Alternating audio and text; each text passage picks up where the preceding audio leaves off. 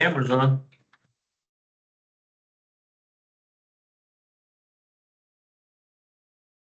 Was. Yeah, this. It's.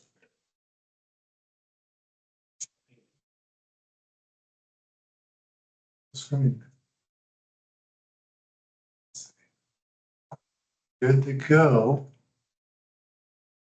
Can you hear us? Yep, I can hear you. Thank you. Y'all good? Okay. I'd like to call this joint meeting of the Board of Directors and Citizens Advisory Committee of the Waste Reduction District of Monroe County for Thursday, July 18th, 2024 to order. I want to first establish that we do have a quorum of directors. We have Councilmember Isabel Piedmont Smith, Commissioner Julie Thomas, Commissioner Penny Githens, and myself, Jeff McKim, present in the room. But I don't believe we have anyone on Zoom or on Teams. And then I guess I'll defer to the president of the CAC to let us know if you have a quorum or if you want to announce your members. We do have a quorum. Okay, 6 members. Great. Thank you very much. All right. We have only one item on our agenda today that has 3 subparts, and that's review and discussion of the proposed 2025 budgets. So I will immediately hand things over to Mr. McGlass. I will start. We did have our budget workshop with DLGF this morning. For the positive, our tax revenue numbers are going to change what you see at the August board meeting. To our benefit, about $5,000 to our benefit on that. So, but be prepared for that. There's also, when we get to the debt budget, things with the debt budget that are going on as well. Let me.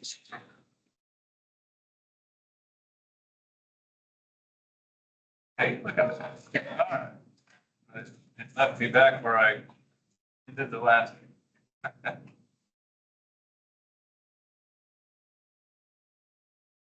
Right. Yeah.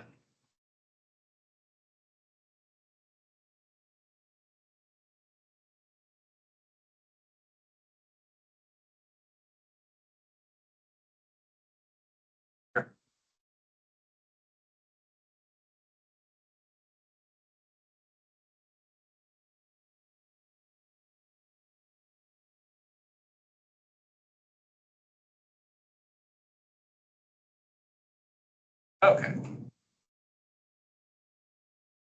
All right, so as always, we'll start with the operating budget.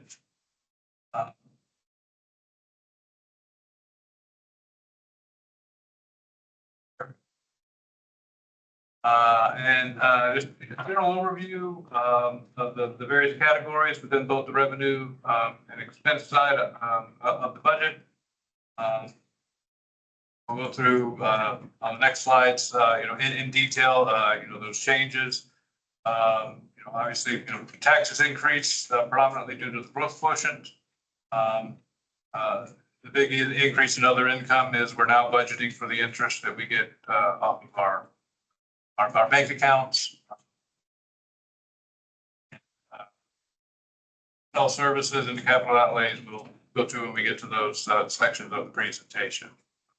And again, they're not substantial, but based on the workshop this morning with DLGF, there will be some small changes on the revenue side. So for growth quotient, I actually this year estimated that correctly. That's what they came back with. And, but that will it changed slightly in our favor. I think I overestimated what the circuit breaker would be. Other big changes, a lot of small up and downs, a couple $1,000, just based on our previous experience, membership levels for the GVN network. We actually we do have our membership is slowly but surely growing right now, so we're excited to see that. Our orange bag sales have dropped off. So we've reduced that somewhat, for next year. Obviously, you can see that drop off doesn't appear to be related to us selling them out of South Walnut anymore. So I'm not sure what happened there, but we are adjusting accordingly. You mean we are selling them from South Walnut? Yeah, see the house would have to be, yeah, but. Just not enough to account for $1,000 a year, not the 18,000. Yeah. So then there's, the $100,000, and I apologize, I didn't to bring with me, but, we're, year to date this year in our operating fund, we're in excess of $50,000, in interest, revenue out of that account right now. So we're comfortable with that, unless the market changes.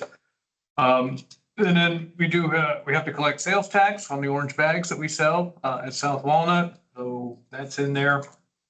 Host fee went up a little, 20,000 a little bit. And that's, I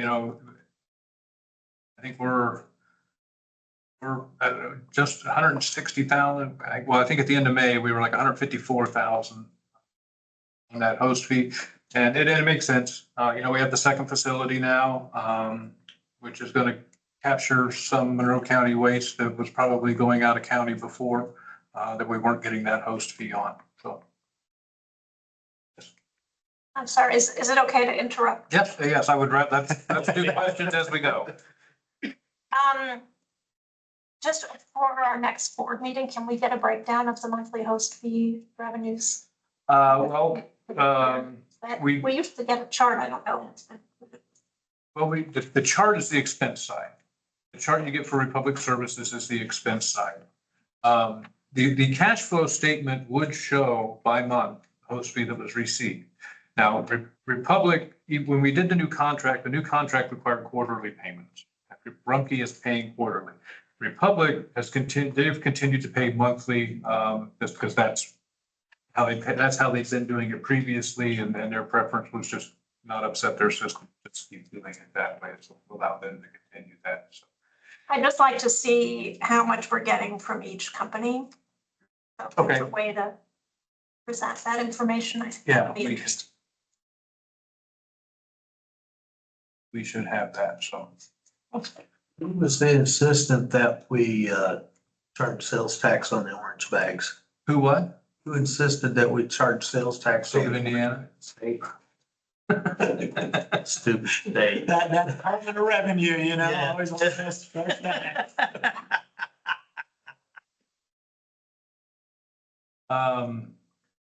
Yeah, and there are some, you will note some changes in the presentation, where some things got separated out, and that is a result of moving the transition from Harris to the Lau accounting software. So that the rental income is now, we used to have one rental line.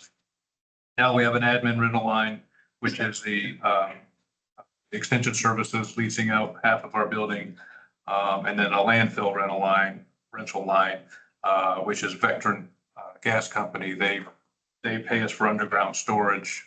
That's in a large area out there that does encompass some of the portions.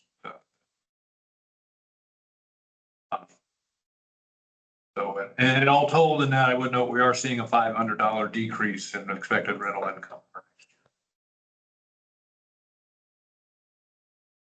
Sale of recyclables, still zeroed out.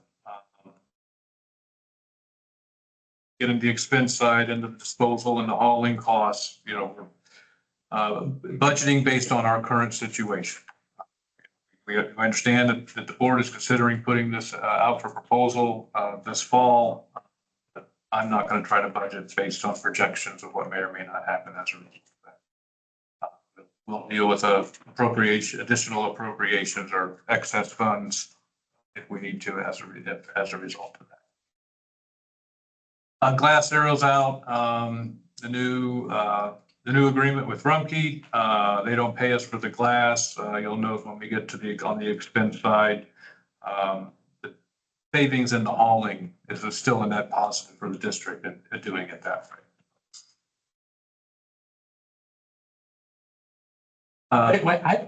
The sale of batteries, I have to admit, I didn't know we actually got money for. Some. And I would have to ask Joey exactly which types of batteries we get money for. And it does not offset the cost of getting rid of the lithium ion. Thank you.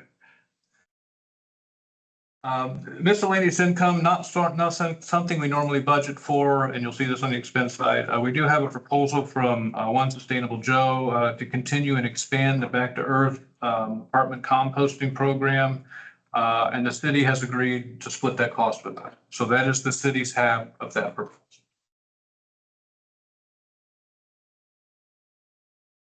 All right, so now we get into the expenses. So our personnel services, proposing a 7% wage increase, which is a little bit out of the norm. You can see it on the slide. The index that we normally use to determine our increase is at 3.5% right now.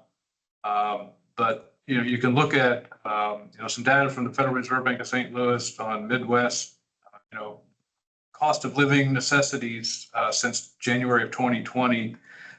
Food, housing, gasoline, median listing price of a home in Bloomington, all up over 20%.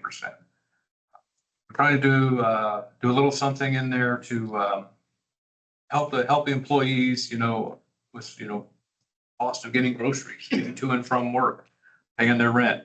So that's what's proposed in the budget. So are those things not taken into account with the CPI? The CPI is a wage earner index, and it's based on wages paid to employees. It's not. It does not.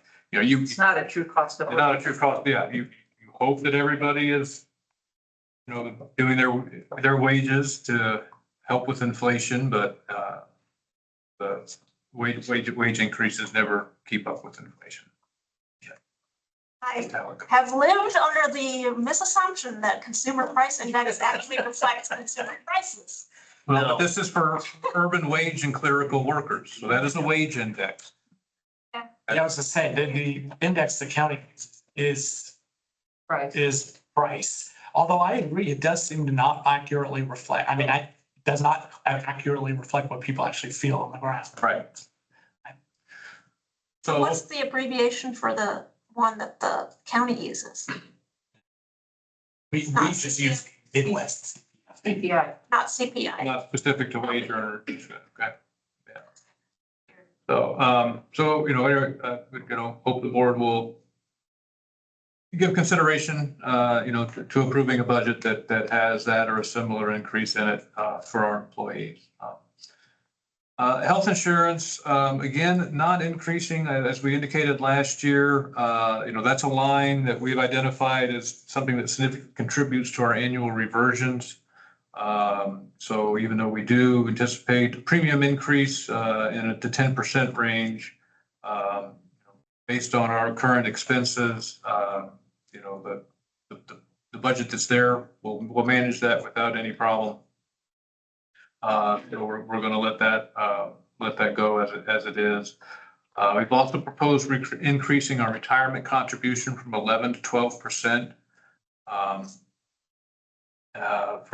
For comparison, checked with the county council office, the county contributes, I think, 14.2% to its employees. So we're not quite at the county level, but we've been at 11% for 7 or 8 years now.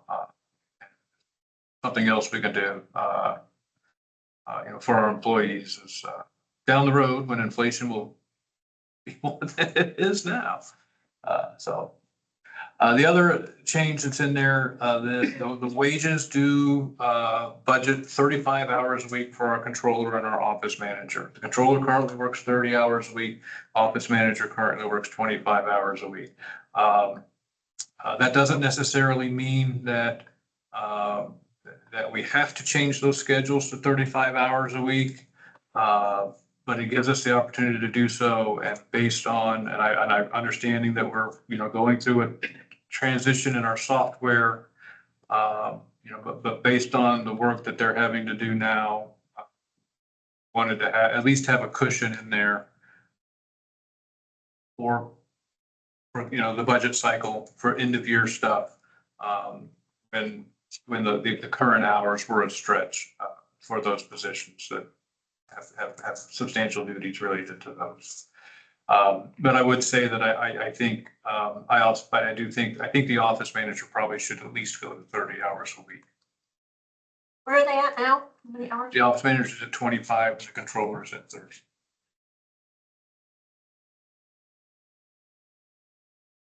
More hours means more pay, and we have an open controller position.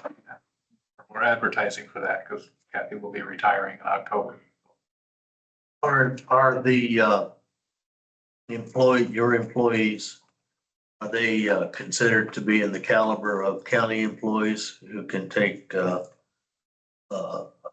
advantage of the county health services, doctor's office that's over there? Well, we do, but we pay, we have a contract with that provider, and we pay, Marathon, I think is currently what their name is. And then the county has recently changed the provider that will manage the clinic that's in the health building. Okay. I, at this point, don't have information from that new provider on pricing or services to make any comparisons to what we currently have. For me, the big caveat is going to be what we talked about during the CAC meeting, and we'll talk about here a little bit, is those physicals that we do, and the history that we have with that medical provider on that medical monitoring. But we need to see what the new provider at the health building can do for us and compare services and costs, and if it makes sense to move. Okay. We're also bringing in with that new contract a patient advocate. So that it's somebody that can help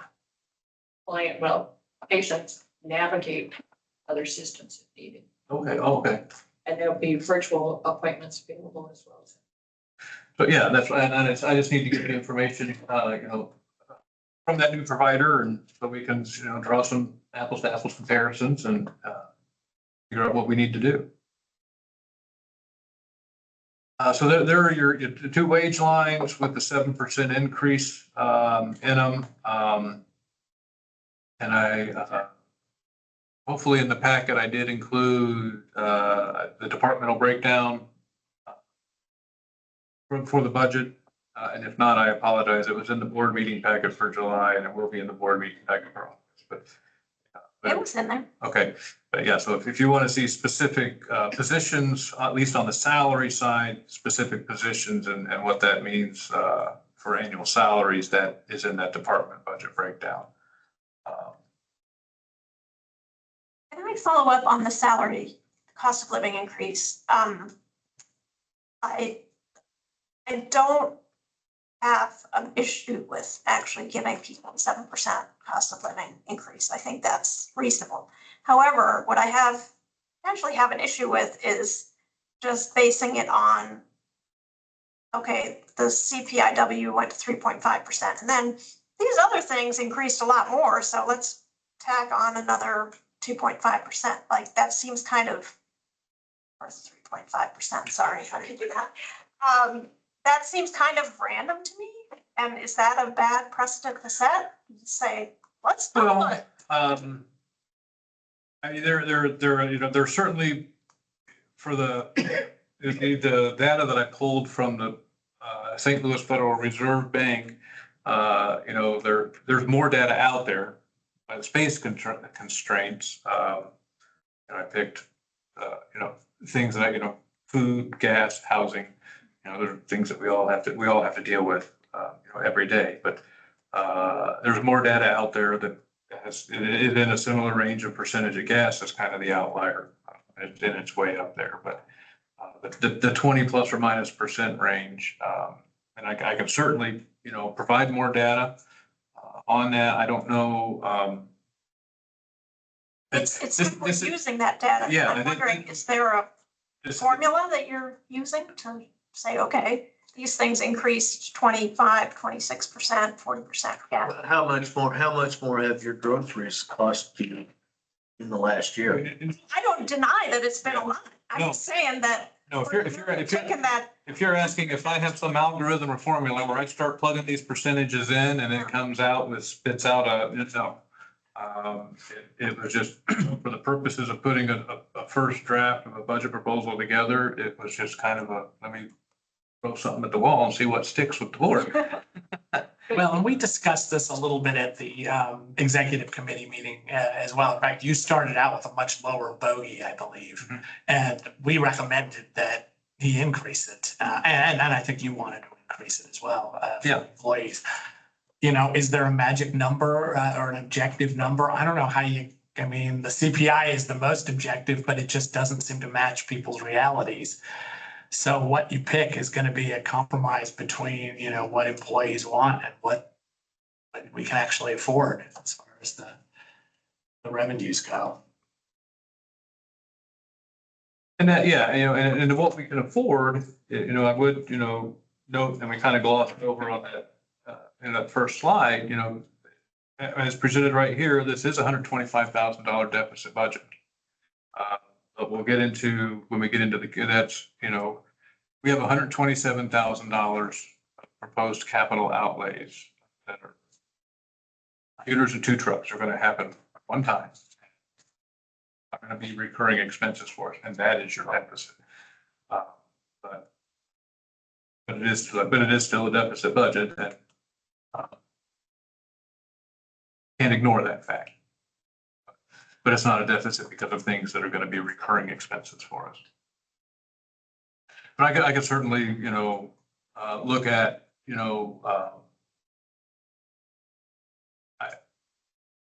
I just wanted to raise the issue. Look, but I'm not, I think it's a legitimate issue because, if we, pull a number out of our hat this year, then, well, why can't you do it next year? Yeah.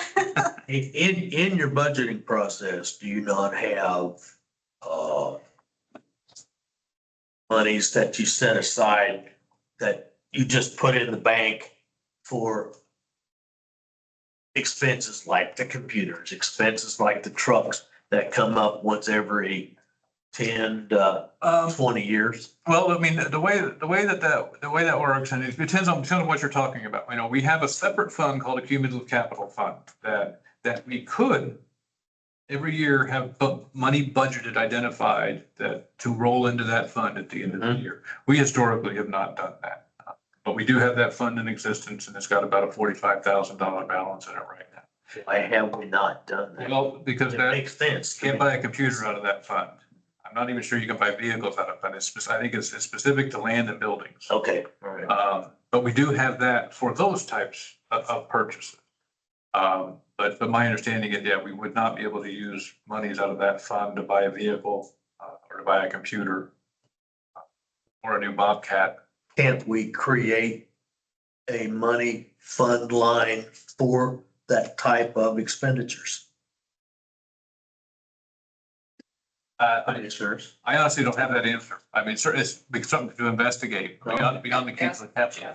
But what would you get? Yeah, I think That's the question is what you would get.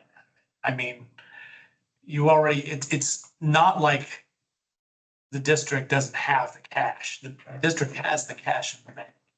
It's just a matter of what's included in the budget. Okay. If you put money into buildings and lands, money into computers and vehicles and money into something, anytime you do anything, you're gonna have to go to the council and get approval to move that money out. Okay. And that adds. And that's fair. Yeah, and it adds a lot of time. So we do the one Mhm. and keep the rest sitting in our fund. Yeah, and at this point with the cumulative capital fund, and you'll see, I mean, for the past, I don't know how many years, we passed a zero-sum budget out of that fund. Just so that budget is there, so we can go and ask for the additional appropriate. If we didn't do that budget, there would be a couple additional steps involved in, if something happened and we had to put a new roof on a building and we need to use that fund. Having that budget there means we just go to the county It council. happened 3 weeks ago. Yeah, we just go to the county council and say, hey, we need an additional appropriation for $20,000 out of this fund. Okay. But if we didn't have that budget in place, So the fund, There's so more steps the money is there, yeah. And kind of getting there. Just Or, if we, Needs to be reappropriated. right, if we were planning to put a new roof on a building next year, Okay, we could submit a budget with, for the capital improvement fund with that expense for a new roof. okay. And not have to have it built into this budget. Do you expect any surplus out of this year's budget that will carry forward? Because over the last several years, you underestimated. We have, and like I said, we've identified, a good chunk of that is that health insurance line. And we've kind of already talked with the executive committee, and not real sure this year because the rebranding happened later than anticipated. We had hoped to have that done before the end of the year. So we did not encumber the money we had budgeted for signage. And, a lot of the redoing our advertisements, a lot of the expenses that go along with that. The allow software that we purchased, I still think that was the right software to get, but that was more expensive than we anticipated. So we have some expenses this year that are certainly going to eat into that. What we usually see is in a reversion, and Kathy and I aren't confident at this point that we will not have to seek an additional appropriation yet this year. And unfortunately, the accounting software transition has, slowed down our ability to really track where each budget line is and where we need to start moving money around to. But that's coming too. We are going to, at the very least, we're going to come to the board later this year and probably need to move money from this category into that category. Once we start reconciling all of those budget lines, it's possible we will need an additional appropriation at some point this year. Not for sure, but I'm not going to rule it out. Yeah, okay. But that would be the first year since I've been director that we've not reverted money. We'd probably be before.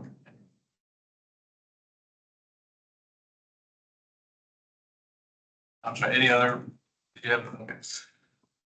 So again, there's our wages. Overtime, we've dropped overtime a little bit, just based on current experience. We're just not paying it. Longevity stays similar because the staffing changes. The taxes and unemployment, the taxes increase based on the wages increasing. And you see the health insurance line.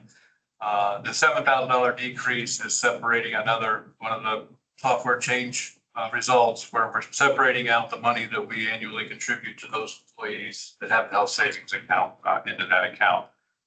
But still $410,000 health insurance expense. And again, there's your wellness clinic. That is based on the agreement with the current provider. See what happens when we start to get information from the county's new provider. That may change. Didn't turn that AC on, did you? Yeah. I didn't touch. And then retirement goes up a pretty good amount. So that both because of the salary, the wage increase, as well as the 1% contribution increase. So are you folks on perf? No. What are they on? It's a 401k, but we can't be a 401k. It's more of a 3B. Yeah. Yeah.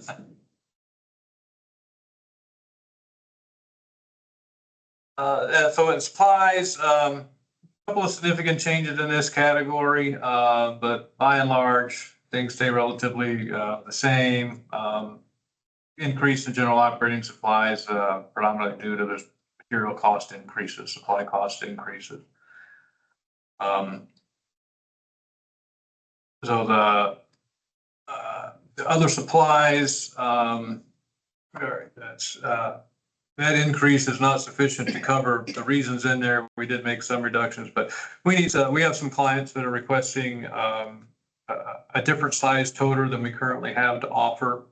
So we want to get some new Green Business Network toters that are smaller than the two options that we have now, but we have clients that want that, so we should do that. We also need to get another fireproof file cabinet for admin. We're just personnel and other files that we need to retain are filling up the 2 cabinets that we have.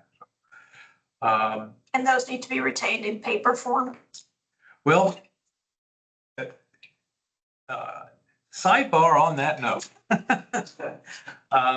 We have, I don't know how many boxes of record that going back to 2010, 2011. We tried a couple of times to try to categorize and get the list together, take it to the Records Retention Commission and get permission to digitize and destroy. And for a multitude of reasons, it's never happened. One of the other reasons I think that we do need to, increase the office managers' hours, scheduled hours. So we brought a consultant in who actually used to serve on the county's Records Retention Commission. And so she's inventorying all of our records. She's going to categorize them. She's going to produce forms that need to go to the Records Retention Commission so that we can get permission to digitize and destroy. So when that's all done, I'll have a better answer for you on exactly what we need to keep on paper. I will say with regard to personnel files, one, just because of my experience in my past with safety stuff, OSHA, if you have a bloodborne pathogen exposure incident, OSHA requires you to keep those records for duration of employment plus 30 years. So that's my perspective on personnel files, because all those files contain a medical file. Not everybody has had obviously, thankfully, not many have had a bloodborne pathogen exposure incident, but that's my perspective on how long we need to keep personnel file. So. Thanks, I'm sorry. But yeah, I'm excited to get, because the boxes are unsightly. They're in places that they shouldn't be. We don't have anywhere else to put them, and they need to go. And if you can get it digitized, that qualifies for that. Well, there's the state has rules, and that's part of what the Record Retention Commission is about, is making sure that when you come to destroy or digitize or microfilm records, that you're doing it and different types of records have different rules of retention. That is the goal and the purpose of this project, is to, destroy what we can destroy, digitize what we can digitize, and, inventory and categorize those things that we need to keep, know what we have. Even though this isn't related to the budget, when you talk about the bloodborne pathogens, is that primarily from the needles that are dropped off? Needle sticks are for us obviously a possibility. We also deal with broken glass, cut and torn metal that, if somebody comes to the recycling center and drops their glass, cuts themselves on it, an employee goes out to help pick it up. If they don't, if they scramble and didn't have the gloves on, that's a potential for a bloodborne exposure for first aid and CPR. So, so we have a number of potential situations that could result in exposure incident for an employee. Does the district still have a storage unit? Not offsite. Okay, that they're used to, right? Yes, we used to have an offsite storage unit. We got rid of that. We have 2 or 3 years ago. I think it was about $4,000. We basically bought a backdoor shed, which the kind of a shed that you would put, it's a 20 by 20. But we had room for it back in the lot behind the recycling center. And that is where a number of those boxes are. We also have a number of our education and outreach supplies in there and some landfill stuff in there.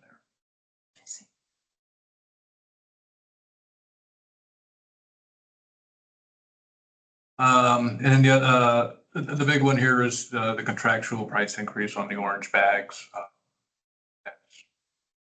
That's based on recent ordering history, and what that price would be, I would just note that the revenue dropped, sales aren't as big, so we may not make as big of an order as we have in the past the next time we order bags, so we hopefully won't expend all of that money. Do you order those with the new logo on them? In fact, our first shipment with the new logo, should be arriving in the next month or so.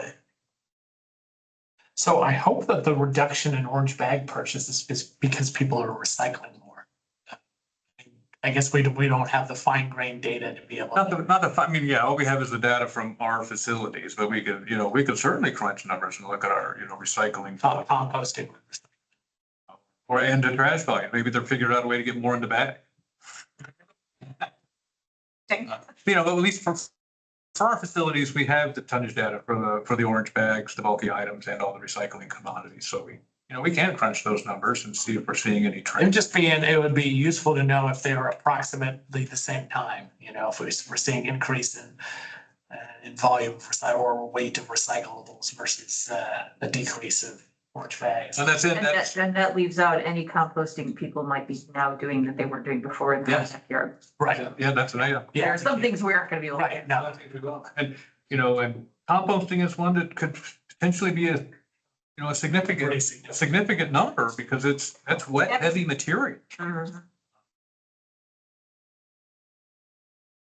Any other questions on the supply?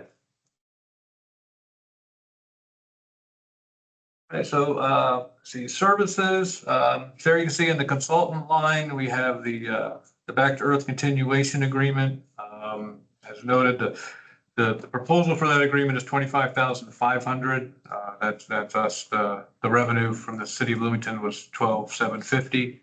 But that's the bulk of the change in the consultant line. Other professional services, again, not much change operational wise in there. We had 50,000 appropriated this year that we pulled out. But we got the Back to Earth program up and running. And it looks like we're proposing to continue that. And obviously, if other programs and opportunities arise, we can always seek additional appropriations for, things that we think are worth investing in. So why is the Back to Earth being budgeted in a different line this year for next year? So it looks like it was in other professional. Now it's in We consulting. didn't know what we were gonna do when we set the budget. So Okay. we put the money in other professional services, which is much more broad category than money out of. So. And it has hazmat physicals, again, that's, we have 7 employees, that we do medical monitoring on because of various materials and chemicals that they could get exposed to doing their jobs. It's predominantly people that do or have worked at the landfill and in household hazardous waste. It increased because I misbudgeted for this year.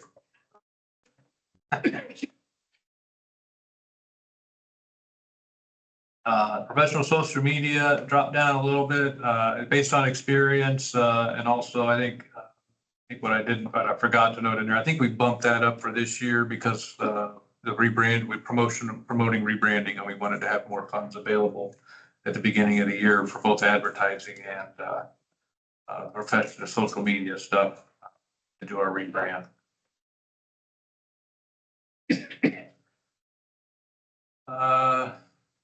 Small increase in postage, just to note for the record that we did just go out and buy about $1,000 worth of stamps before the price increase hit. So, Good job. They can get by Monday.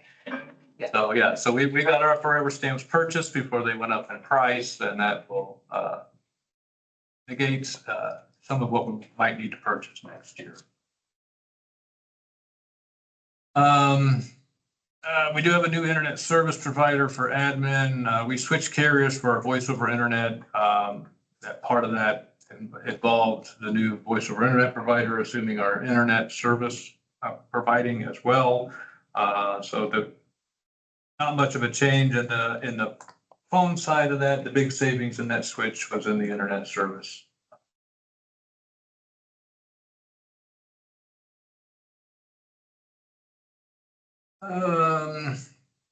Then workers' compensation liability, you know, I think we always anticipate some increases on the insurance coverages. The liability, just not as significant as you might think, but a lot of that has to do with, if you recall, we've declared a number of vehicles and equipment surplus over the past few years, and we have started selling those. I was going to say disposing, they're not disposing of, are disposing of them as moving them on to somebody else. So, but that obviously reducing the fleet of vehicles and our equipment has positive impact on our insurance premiums. The electric, I know is with Duke has a pending increase. We'll see what happens with that, but based on our current usage and previous year's experience, at the current rate, 36,000 is the appropriate amount. So the Duke rate case, would that take effect next year? Would it be delayed a year? Well, I don't know. Supposed to be phased in over 2 years. Okay. So I guess like we kind of alluded to earlier, and we'll get to, you know, some of that's kind of like dealing with our disposal and hauling costs, and, you know, like it's hard to budget predicting what may or may not happen. So. But yeah, so other utilities, I mean, they all came down, but, you know, adjustments that are just based on, you know, what we've experienced in previous years and our current usage. The building repair and maintenance, we got South Wall and both recycling, the household hazardous waste, need new AC units.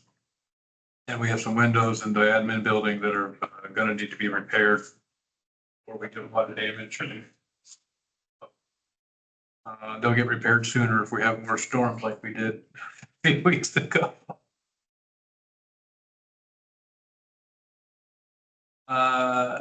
So then you'll see the tires and tubes and machinery and equipment, you'll see increases that were both related to the Bobcat at South Walnut Street. That Bobcat is in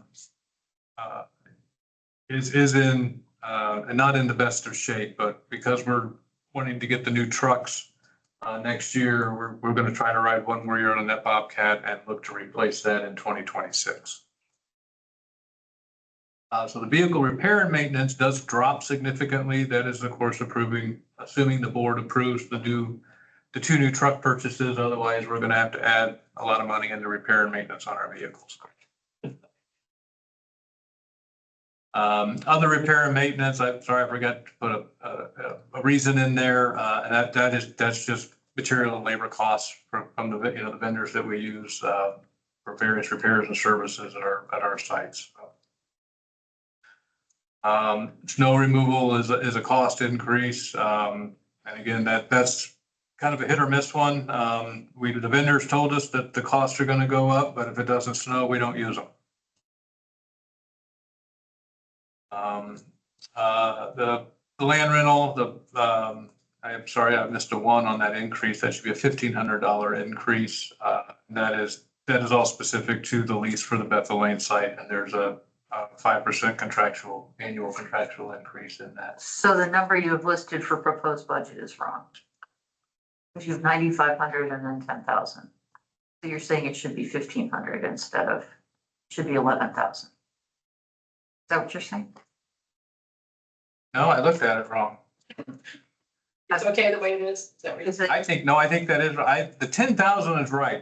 Oh, okay. That Well, is the then- number well, then I like the 500 and the 10,000. that is the Alright. number that I remember calculating when I plugged it into. This is what we paid this year. This is what we're going to Got pay it. next year. So you probably actually, that's probably right. So. Yeah, machinery equipment rental stays the same. None of those agreements have changed. Yeah, that is 5% less. Mm-hmm. And did I move? No. Other rental dropped. And that's I have to check with Lee on that. That's for equipment that we rent to do our groundwater sampling at the landfill.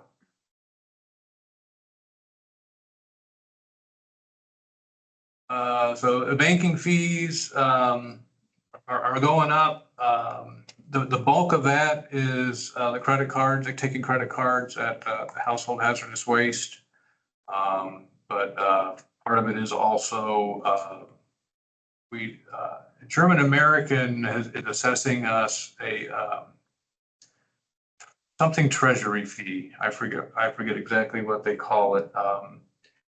That Chase was not, but Kathy and I have looked at all this. We weren't getting interest on any money at Chase, so we're getting $100,000 a year in interest. So It more than makes up. a $50 quarterly treasury fee is okay. We can do that.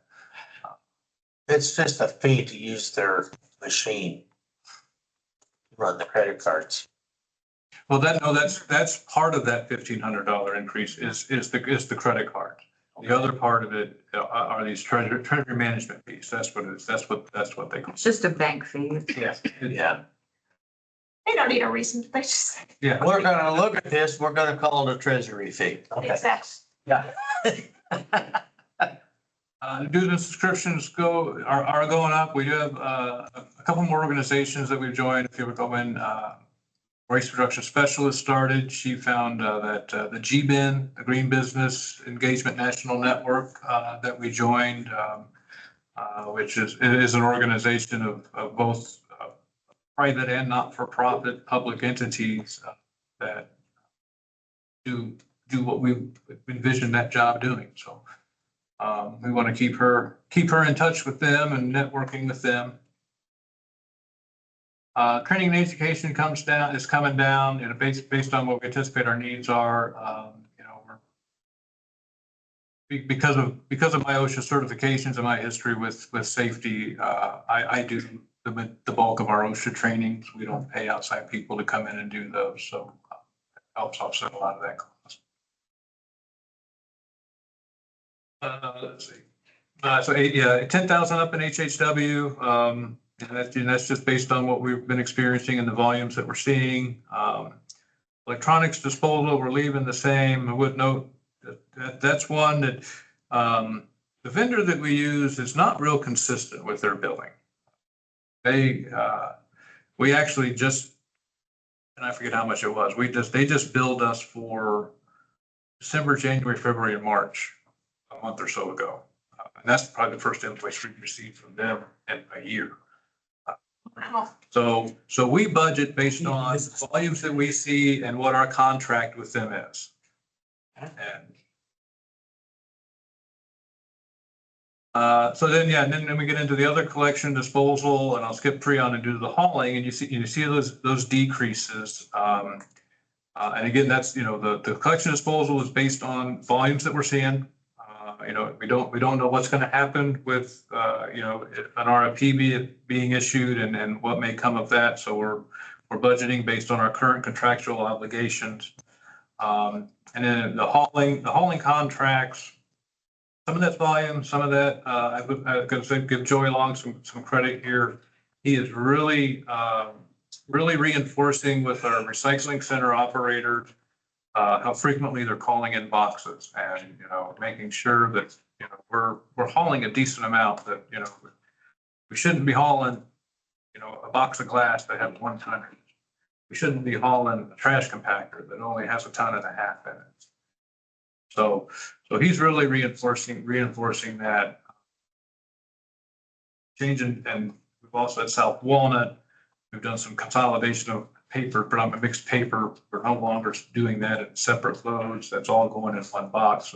So that's really, we're seeing reductions in our hauling numbers. And so The other collection disposal and the hauling contracts, are those two lines together make up the contract we currently have with the public? Is that right?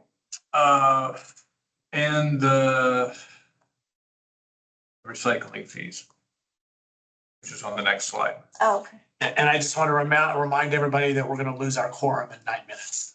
Okay, we're getting there. Rolling done. Freon recovery, that's kind of a wash for us because we do charge for Freon appliances. There is a revenue line for that, but the increase on there is just based on what we've realized year to date and previous years.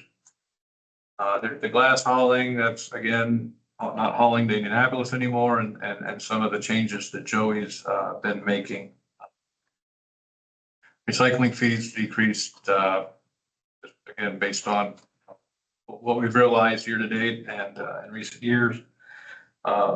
License and permits increases substantially. That is due to the annual licensing fee for the new software agreement. And then the last thing on there, we didn't have a number assigned to it. We're proposing a new budget line that the compliance department's asked for court ordered remediation cleanups. I think we've discussed that with the board previously. The courts are now starting to give us orders to go in and clean up properties, put liens on properties. The executive committee's asked about tracking outstanding costs on those liens. And so the controller and the compliance department think if we're budgeting that separately, it's going to be easier for everybody to track what we're expending on that, what remains outstanding year over year until we get those things back from the owner paying it or the property selling.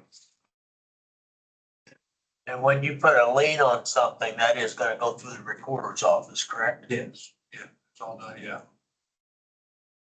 So the capital outlays, again, that, as I alluded to, there's the deficit, we have five computers. If people aren't aware, come next October, Microsoft will no longer be servicing, maintaining Windows 10. And we have the number of computers that are still using Windows 10 and 5 that our IT consultant said will not support a newer version of Windows. So we're going to have to upgrade those computers. And then You're gonna have an annual license. Microsoft. That's what's gonna happen. So, yeah.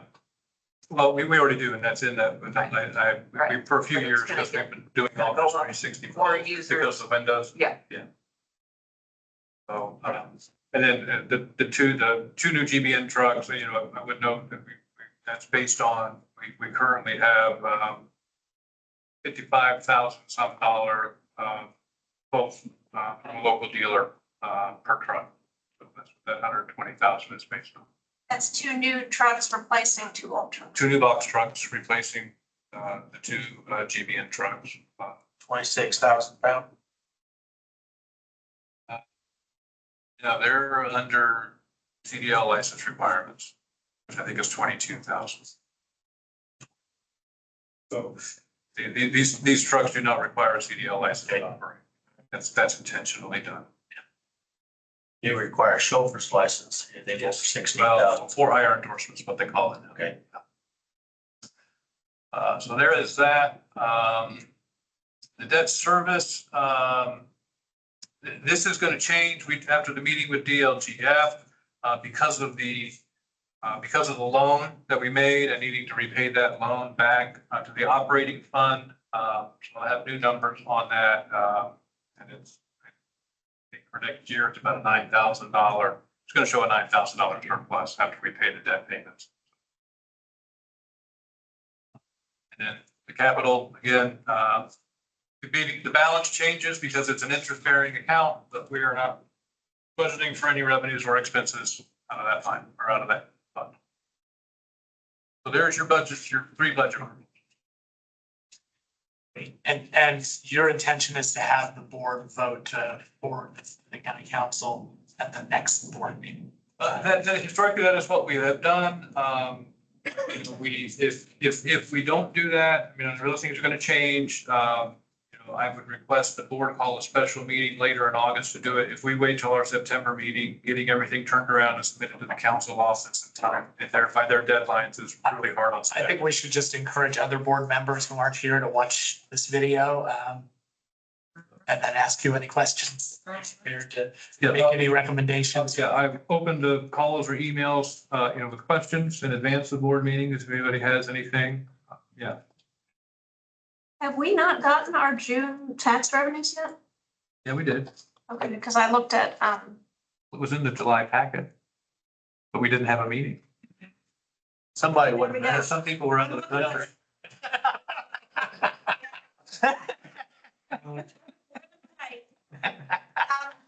I was looking at this packet and it just didn't have it. No, this meeting's packet was strictly budget, so the cash flows aren't in there. And the year-to-date on the comparison, only went through May. We will have, Okay. the comparison sheet in the August board packet will be through June, will be the full 6 months, but for the July board, it's too hard to get all that together so early in July. Okay, just wanted to make sure. Just kind of like sometimes cash flows don't make it in the packet because the packet goes out too close to the first of the month. So anybody have any other questions for Mr. McGlasson or comments about the budget? Right. Thank you very much, and thank you all for being able to make the meeting tonight. So we're adjourned. All right.